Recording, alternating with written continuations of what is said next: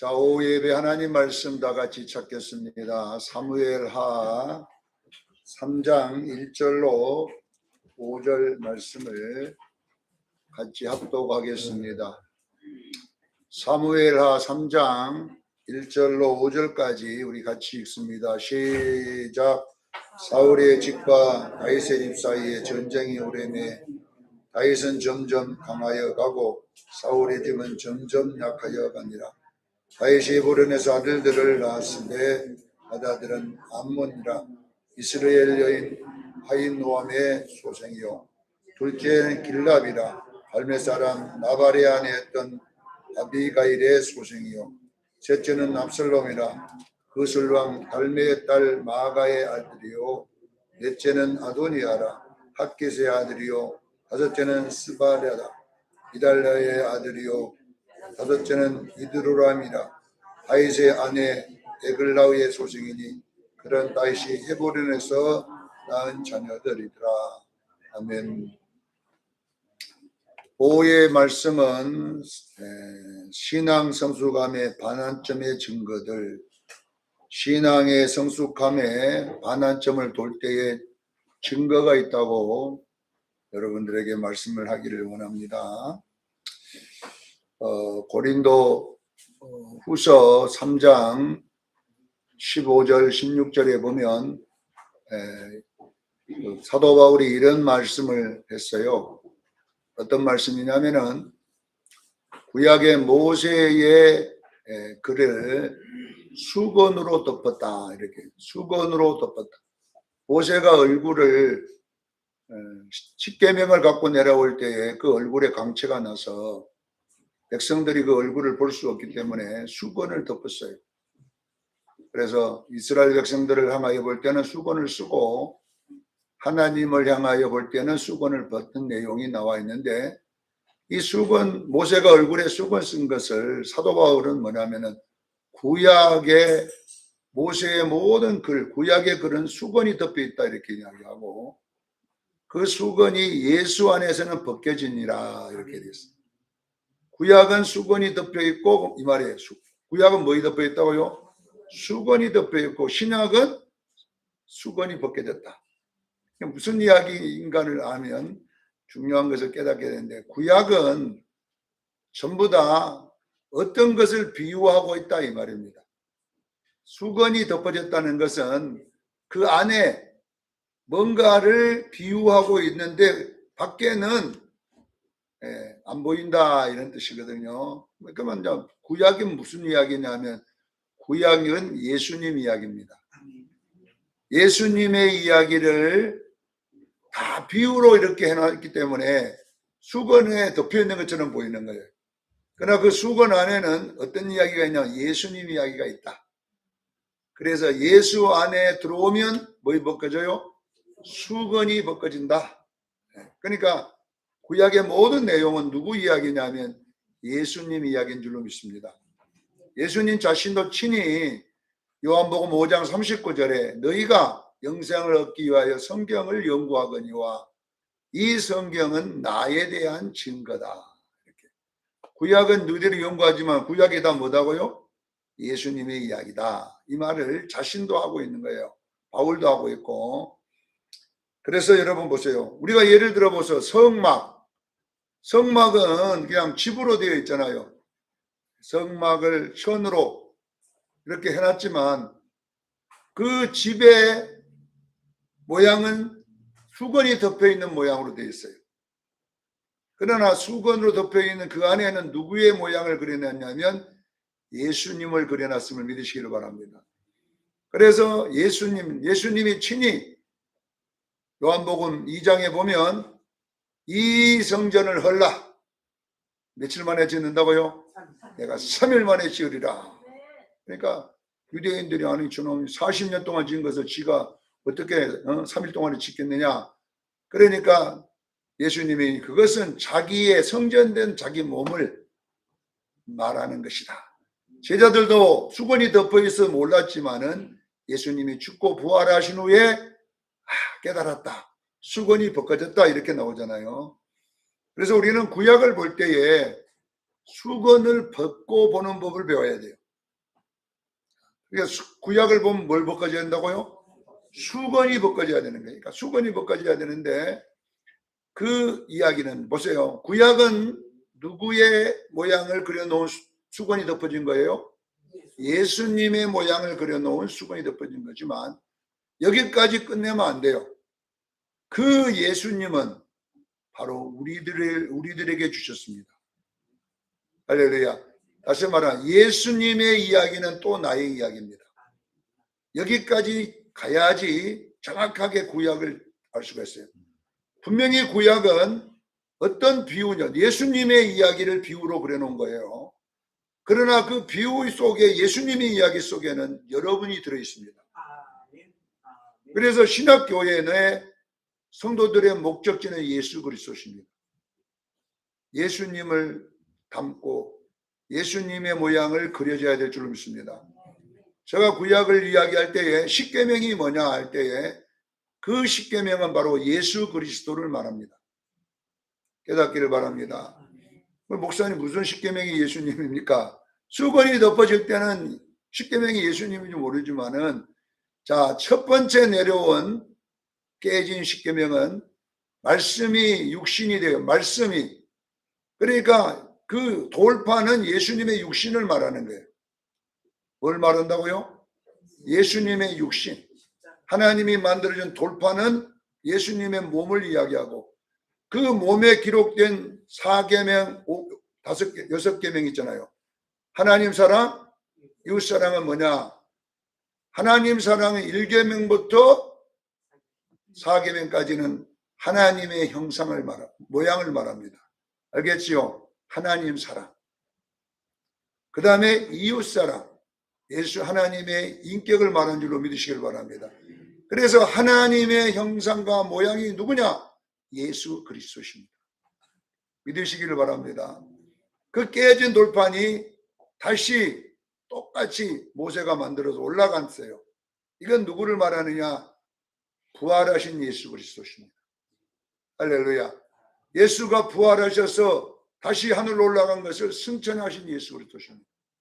승천하셨다가 그 돌판에 다시 글이 십계명에 기록되어서 왔어요. 내려왔어요. 내려와가지고 어디다가 보관해야 되느냐? 신명기 10장 1절로 5절에 조각목으로 만든 괴짝 안에 보관하라 그랬어요. 조각목으로 만든 괴짝은 누구를 말하냐? 우리 성도들의 육체를 말합니다. 깨닫기를 바랍니다. 조각목으로 만든 괴짝이 뭐다고요? 우리들의 몸입니다. 그 다시 오실 예수님의 생명을 가지고 누가?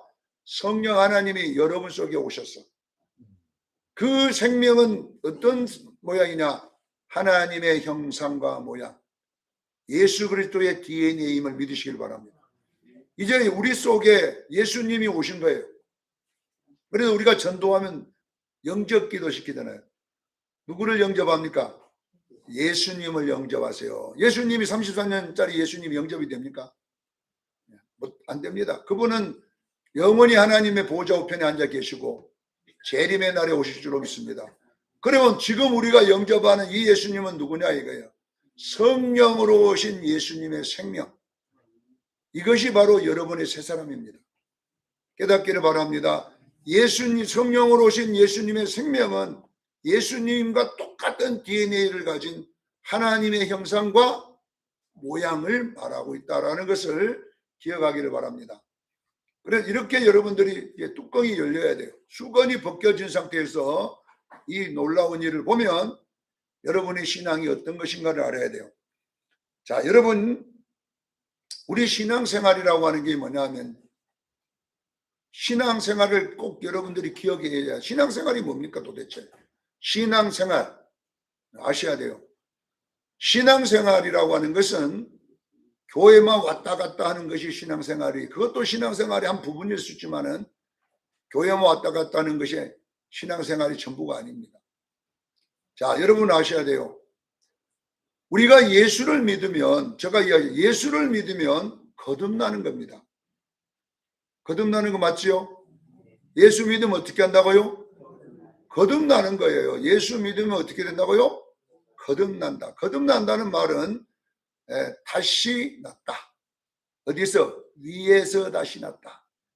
이걸 깨닫기를 바랍니다. 원어에는 그렇게 됐어요. 거듭난다는 말을 원어에는 아노텐 이렇게 뭐 되었다고요? 아노텐이란 말은 위에서 다시 나다.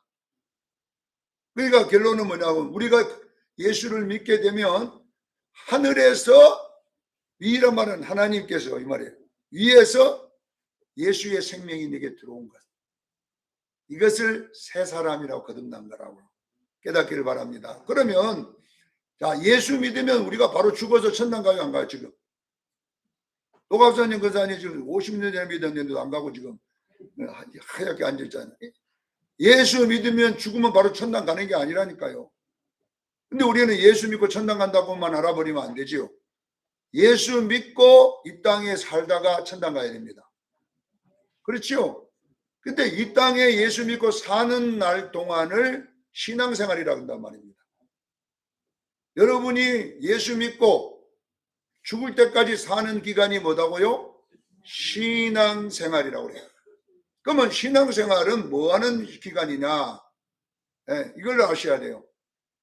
이스라엘 백성들을 통하여, 구약을 통하여 수건을 벗고 보면 예수 믿는 것을 뭐냐 그러면 바로 출애굽기 이야기예요. 알겠지요? 예수를 믿고 요단강 홍해까지를 뭐라고 그러냐면은 거듭난 것입니다. 홍해가 뭐를 가리키냐 하면 세례를 가리킵니다. 고린도전서 10장 2절에 홍해를 뭐라고 그랬어요? 세례라고 정확하게 사도 바울은 수건을 벗고 말합니다. 홍해 도강이 뭐다고요? 세례받음. 이걸 아셔야 돼요. 세례를 받고 나면 그 다음에 광야를 40년 동안 살아요. 이 광야가 뭐냐면은 민수기 신명기예요. 그래서 민수기 신명기는 신앙생활을 설명해 놓은 거예요. 뭘 설명했다고요? 신앙생활입니다. 여러분, 그래서 교회 생활도 신앙생활입니다. 그래서 신앙생활은 뭐 하는 기간이야? 정확하게 신명기 8장 2절과 3절에 이 40년 광야길을 왜 걷게 했냐 이 말이에요. 이 40년 동안 왜 광야를 돌아다니게 만들었느냐? 사람이 떡으로만 사는 게 아니고 하나님의 입에서 나온 모든 말씀으로 살게 하려 하십니다. 알겠지요? 광야 동안에는 하나님 말씀 먹는 시간이다. 깨닫기를 주님 축원합니다. 신앙생활은 말씀을 먹고 자라가는 시간입니다. 어느까지 자라야 되냐? 예수님의 신부의 자리까지. 예수님 신부 자리를 뭐라고 하느냐? 예수님을 닮았다 이 말이에요. 닮았다. 여러분 보세요. 아이가 태어나면 작은 아이는 아빠를 닮은 게 아닙니다. 아빠가 아빠의 DNA를 갖고 있지만 조그마한 아이는 아빠를 닮은 거예요. 아빠처럼 자라야 아빠를 닮은 거예요. 알겠지요? 그러니까 우리가 예수 믿고 나면 예수님을 닮은 게 아니에요. 예수님의 아들이지만은 예수님의 DNA를 가졌지만은 닮은 건 아니고 이 애가 자라서 아빠처럼 행동하는 걸 닮았다 그래요. 그렇지요? 아빠의 만큼 자랄 때 닮았다 그러지 아빠의 모습을 잠깐 아이를 아빠 닮았다 안 하잖아요. 그래서 우리는 여러분요 예수님을 닮도록 자라기를 저는 축원합니다. 닮아야 돼요. 안 닮으면요 이 신앙생활 잘못한 거예요. 자, 이 하나님의 말씀은 예수님의 이야기예요. 그러면 예수님의 이야기대로 내가 행하면 누구를 닮게 되겠어요? 예수님을 닮도록 되어 있습니다. 이것이 바로 신앙생활임을 기억하기를 바랍니다. 자, 그래서 신앙에는 아이가 갓난 아이가 있습니다. 지금 여기에 똑같이 지금 앉았어도 갓난 아이 신앙이 있고요, 청년 신앙이 있고요, 그 다음에 장년 신앙이 있습니다. 자람에 따라서 이걸 여러분 아셔야 돼요. 자, 이걸 어디에 가장 정확하게 표현했냐면은 요한일서 2장 14절에 표현했습니다. 사도 요한이 요한 1서 2장 14절에 아이들아 아이가 있어요 없어요? 아이 있다. 아이들아 너희가 아버지를 알았으며 뭘 알았다고요? 아버지를 알았다. 이거 아버지를 알았다는 말이 뭐냐면은 아버지가 누군지도 모른다는 말이에요. 아버지. 아이 때는 그냥 아버지, 아빠, 아버지. 아버지도 모르고 그냥 아빠 이걸 뭐냐면은 아이들이 하는 거예요. 그렇죠? 아버지가 뭐 어디 직장 다니지도 몰라요. 아버지가 뭐 무슨 대학교 나온지도 몰라요. 아이 때는. 그렇지요? 아버지가 어떤 신분인지도 몰라요. 모르지만은 아빠 따라다니죠. 예. 우리 나단이가 잠깐 했을 때에 어떻게 강대상으로 올라오는지, 예? 그래가지고 내리면 악을 쓰고 옵니다. 내가 우리 아빠한테 올라가는데 왜 나를 막냐 이거예요. 예? 그러니까, 예. 그러니까 아빠가 지금 왜 여기 뭐 하고 있는지 대장인 줄 알았는 모양이에요 자기가. 그래갖고 지도 올라와갖고 여기 올라오는데 막 데리고 내려가면 막 내 아빠한테 간다고 악을 쓰고. 예. 그게 왜냐면 모르니까 그러는 거예요. 자, 아이 때는 하나님은 몰라요. 그냥 하나님 아버지 그렇게 하고 있어요. 자, 그러나 청년이 되면 어떻게 되느냐? 너희는 강하고 하나님의 말씀이 너희 안에 거하여 마귀를 이겼느니라. 이렇게. 청년이라고 하는 것은 이제 말씀을 어느 정도 먹고 마귀와 싸우는 것을 알아요. 여기는 악한 자를 이겼습니다 하지만 이 악한 자가 뭐냐 그러면 여러분 속에 있는 거예요. 밖에 있는 게 아니라 누가 있다고? 내 속에 옛사람으로 있는 마귀가 있어요. 혈기, 음란, 여러분에게 시기, 비방, 질투, 다툼, 수군거림 이런 것들과 여러분 성숙하기 전에는 안 싸웁니다. 그것이 편이 돼갖고 내가 어릴 때는 살아요. 그러나 이제 말씀을 자꾸 듣고 말씀대로 자라가기 시작하면 이것이 내가 아니구나. 그래서 여러분이 그것과 싸우게 되고 그걸 이기게 될 줄로 믿습니다. 그러니까 여러분 말씀이 들어가 성숙하면 이제 누구냐면 내 속에 있는 죄의 습성과 싸우기 시작합니다. 이것이 뭐냐 그러면 청년인 줄로 믿으시기를 바랍니다. 신앙의 청년들은 어떻게 하냐? 내 속에 있는 죄와 싸우는 거예요. 내 속에 있는 마귀와 싸우는 거예요. 내 속에 있는 더러운 이 악한 귀신들과 싸우는 거예요. 다 어디에 있냐? 내 속에 있습니다. 이것이 뭐냐 그러면 신앙이 자라고 있음을 믿으시기를 바랍니다. 아이 때는 싸우지 않습니다. 그냥 그거에 편이 돼갖고 살아가요. 그러니까 이것을 아셔요. 그 다음에 뭐라고 하느냐 사도하는 어른들아 이 말이에요. 태초부터 계신 일을 알았으며 언제부터 알아 계신지를 이제 아버지 자기가 자라다 보니까 아버지가 어떤 분인 걸 알기 시작하는 거예요. 아빠 아버지 수준에서 이제는 아버지의 정체를 아는 거예요. 근데 여기는 태초부터 계신 아버지, 이번 창조주라는 뜻이에요. 그분이 시작임을 믿으시기를 바랍니다. 그분이 우주와 만물을 만든 시작의 하나님이시더라. 그분이 내 아버지더라는 거예요. 그분이 전능하신 분이더라는 거예요. 그분이 여러분 만왕의 왕이요 신들의 왕이요 그분이 시작이요 처음이요 나중이요 알파와 오메가요. 그분이 이제 그분의 신분을 알게 되더라는 거예요. 이것이 뭐냐 그러면요 태초부터 계신 일을 아는 거예요. 자라보니까 우리 아버지가 어떤 학교를 나오고 삼성 회장인가도 알고 이렇게 알 때에 그 자부심이 엄청나게 되는 겁니다. 그래서 여러분들도 마찬가지입니다. 하나님을 그냥 막연히 아버지라고 믿는 신앙에서 말씀을 통하여 자라게 되면 내 아버지가 어떤 분임을 알게 됩니다. 우리가 지구촌교회 이동훈 목사님이 서울대학교를 가려다가 영어를 배우기 위해서 어느 선교사님이 가르치는 데 갔다가 거기서 예수를 믿게 된 거예요.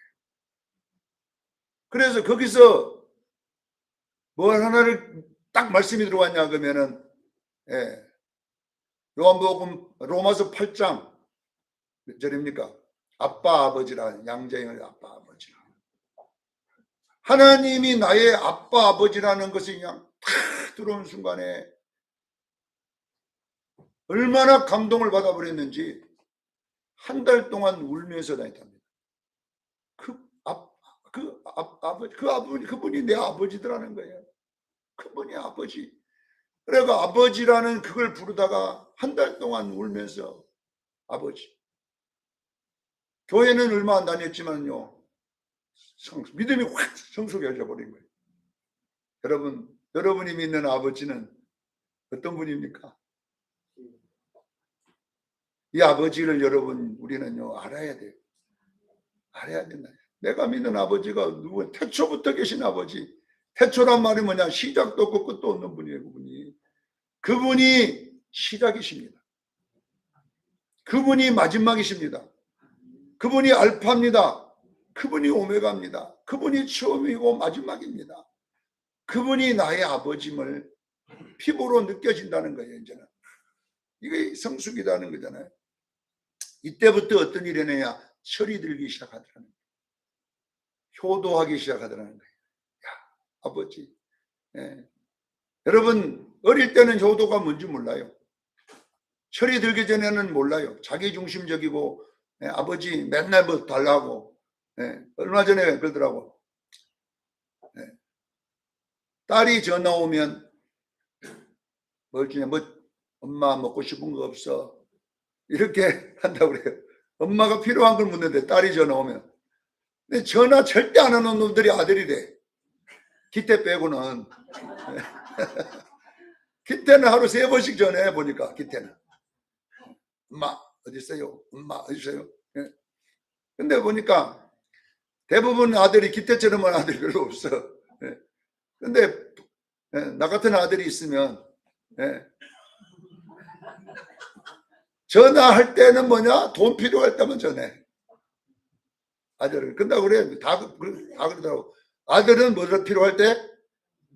돈 필요할 때만 전화를 아빠 이렇게 전화한다는 그런 이야기가 있더라고요.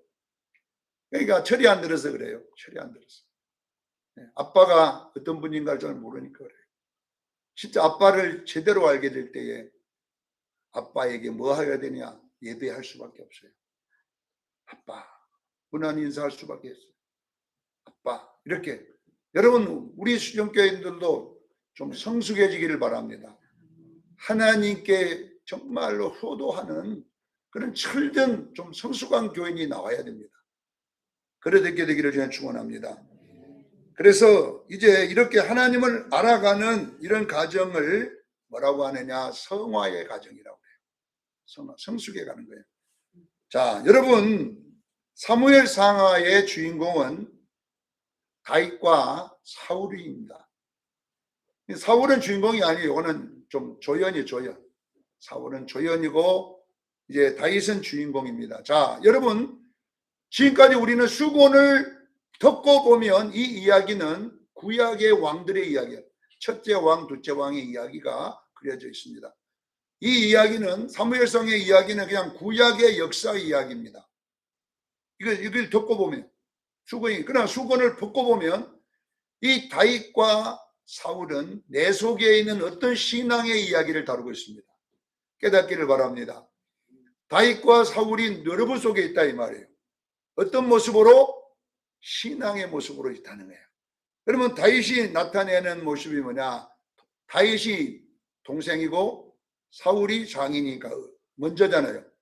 항상 사울이 먼저 다윗이 나중이잖아요. 이거 아셔야 돼요. 자, 보세요. 이스마엘이 먼저, 이삭이 동생. 이렇게 됐습니다. 성경 보세요. 에서가 먼저, 야곱이 동생. 이게 전부 다 수건을 벗고 보면 나의 이야기예요. 여러분 속에 먼저가 뭐가 있냐 그러면 육체의 소욕입니다. 이걸 보고 옛사람인 줄 믿으시기 바랍니다. 예수 믿기 전에 여러분이 예수 믿기 전에 가졌던 그 죄의 습성, 어두움, 이것이 뭐냐 그러면 항상 먼저 나의 주인 노릇하고 있습니다. 여러분 속에 와. 그래서 사울이 먼저 왕인 것입니다. 이걸 여러분 깨닫기를 바랍니다. 여러분 속에 먼저 왕은 뭐냐 그러면 여러분의 옛사람입니다. 그것이 왕 노릇하고 살았어요. 지금까지 먼저 왕 노릇했는데 어느 날 예수를 딱 믿으니까 누가 하냐? 다윗이 딱 들어와 버린 거예요. 여기. 깨닫기를 축원합니다. 그래 다윗은 뭘 깨달았느냐? 새 사람을 말하는 거예요.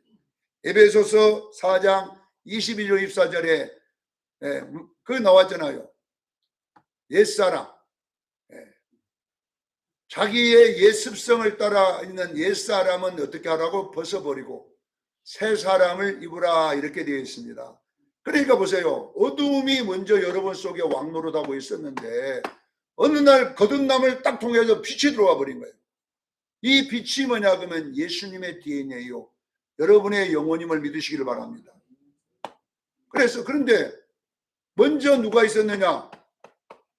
어두움이 먼저 있었다 보니까 빛이 들어왔는데 빛이 힘을 못 써버리는 거예요. 그래서 다윗이 초창기에는 사무엘 상에서는 날마다 너터지는 이야기가 나와요. 사울에게 도망 다니고 사울에게 핍박받고 사울에게 계속 사울을 피하여 도망 다니는 이야기가 나오는 거예요. 사울을 못 이겨요. 이게 뭐냐면 우리 신앙생활인가요? 여러분이 왜 죄가 많이 지냐? 죄를 짓습니까? 나의 옛사람 혈기가 왕이고 그것이 여러분 속에 왕을 했기 때문에 예수님처럼 안 되는 거예요. 안 돼. 그러나 여러분 그런 중에서도 여러분들은 말씀을 통하여 자라가기를 저는 축원합니다. 싸워야 돼요. 싸워. 오늘 본문에 보면 1절에 보면 중요한 공식이 하나 나와 있는데 뭐냐면은 사울의 집과 다윗의 집의 사이에 전쟁이 오래라고 그랬어요. 사울은 옛사람 알겠지요? 다윗은 새 사람인데 이것을 사도 바울은 수건을 벗고 뭐라고 썼냐면은 갈라디아서 5장 17절에 육체의 소욕과 성령의 열매가 서로 전쟁을 함으로 이렇게 전쟁해야 안 해요. 우리 속에 있는 사울이 뭐냐 하면 육체의 소욕이거든요. 그리고 다윗은 성령의 열매입니다. 깨닫기를 바랍니다. 이 둘이 전쟁을 오래 해요. 40년 해야 되니까 여러분 아셔야 돼요. 자라가는 건 쉬운 거 아니에요. 40년 전쟁이에요. 그래서 사울이 40년 왕을 해먹은 거예요. 사울이 40년 만에 죽습니다. 이게 전쟁 몇 년 동안 해야 된다고요? 40년. 광야 몇 년이에요? 40년. 여러분요, 옛사람 죽이는 게 쉬운 일이 아니에요. 오래 걸립니다. 40년 동안 이 싸워야지 겨우 되지 이거 안 되는 거예요. 그러면 여러분 보세요. 이 둘이 전쟁이 오래 싸우는데 신앙생활을 제대로 하게 되면 이제 언젠가는 사울의 집보다 다윗의 집이 강해질 줄로 믿습니다. 옛사람은 점점 약해지고, 그러니까 이것이 에베소서 4장 22절에 옛사람은 벗어졌다는 게 계속. 그리고 새사람은 입었다는 이야기예요. 그래서 새사람이 더 그냥 힘이 있다는 겁니다. 그래서 여러분 보세요. 새사람이 이제 옛사람을 이기게 할 때가 언제나 반환점입니다. 알겠지요? 새사람이 옛사람을 여러분 속에 이기게 될 때가 반환점이에요. 그전에는 혈기가 이겼어요. 그전에는 미움이 이겼어요. 그전에는 그냥 다른 죄가 이겼어요. 근데 어느 날 이제 미움보다 사랑이 이기기 시작합니다. 이렇게 아직 뭐 완전히 다 미움이 안 떠난 것이 안 떠난 게 아니에요. 있지만은 그래도 사랑이 이겨질 줄로 믿습니다. 이것이 뭐냐 그러면 반환점을 지금 이렇게 그려놓은 거예요. 지금까지는 옛사람 사울이 이겼지만은 전쟁에서 이제는 다윗이 이기는 시대가 들어왔다. 이거는 뭐냐, 이걸 수건을 벗고 보면 우리 속에 지금 일어나는 신앙의 성숙도예요. 사랑하는 성도 여러분, 지금 우리는 이걸 보며 기준을 잡아야 해요. 여러분은 누가 이기고 있습니까? 여러분 속에서 지금 누가 이기고 있냐고. 어떤 문제 앞에서 사울이 이기고 있습니까? 다윗이 이기고 있습니까? 사울이 이기고 있다면 아직도 우리는 어리다는 신앙이 청년 시절을 못 돌아가고 있다는 거예요. 이것이 여러분 속에 이루어지기를 저는 축원합니다. 그리고 뭐라고 2절로 3절에 뭐라고 나와 있느냐? 다윗의 아들들이 소개되고 있습니다. 이 아들이란 말은 다윗의 아들이란 말보다도 수건을 벗고 보면 열매 이렇게는 뭐예요? 열매, 빛의 열매, 성령의 열매. 이것이 이제 나타나기 시작했다 이 말이에요. 그러니까 이 말이 뭐냐 그러면요, 사랑이 미움을 이기기 시작했다는 거예요. 감사가 원망을 이기기 시작하고, 기쁨이 슬픔을 이기기 시작하고, 온유가 분노를 이기기 시작하고, 오래 참음이 급함을 이기기 시작하더라. 예수 빛이 마귀의 어두움을 이기기 시작하더라. 이 이야기를 기록했는데 보세요. 첫 번째 아들이 암놈인데 그러니까 엄마 이름이 뭐예요? 아이 뭐라고 그랬어요? 엄마 이름이 저기 있죠. 여기에 보세요. 자, 2절 보세요. 헤브론에서 아들들을 낳았으면 맏아들은 암놈이라. 이스라엘 여인 아히노암의 아히노암이란 말은 뭐냐 그러면 합평이란 말이에요. 합평. 이게 뭐냐? 무슨 열매예요? 합평의 열매. 뭔 열매 맺어요? 화목의 열매가 맺었다. 이 열매를 이야기하는 거예요. 둘째가 길랍인데 아비가일입니다. 예, 이거 아비가일은 잘 알잖아요. 예, 여기는 보니까 갈멜 사람 나발의 아내였던 여자가 아비가일. 나발. 예, 나발. 근데 나중에 다윗이 마누라가 됐는데 이 아비가일의 뜻은 기쁨, 희락이라는 뜻입니다. 무슨 열매예요? 희락의 열매를 맺었다. 아시겠죠? 자, 셋째는 압살롬인데 마아가의 여자다. 소생이라고 그랬잖아요. 이거 절제를 이야기합니다. 성령의 열매에 절제 있습니다. 절제.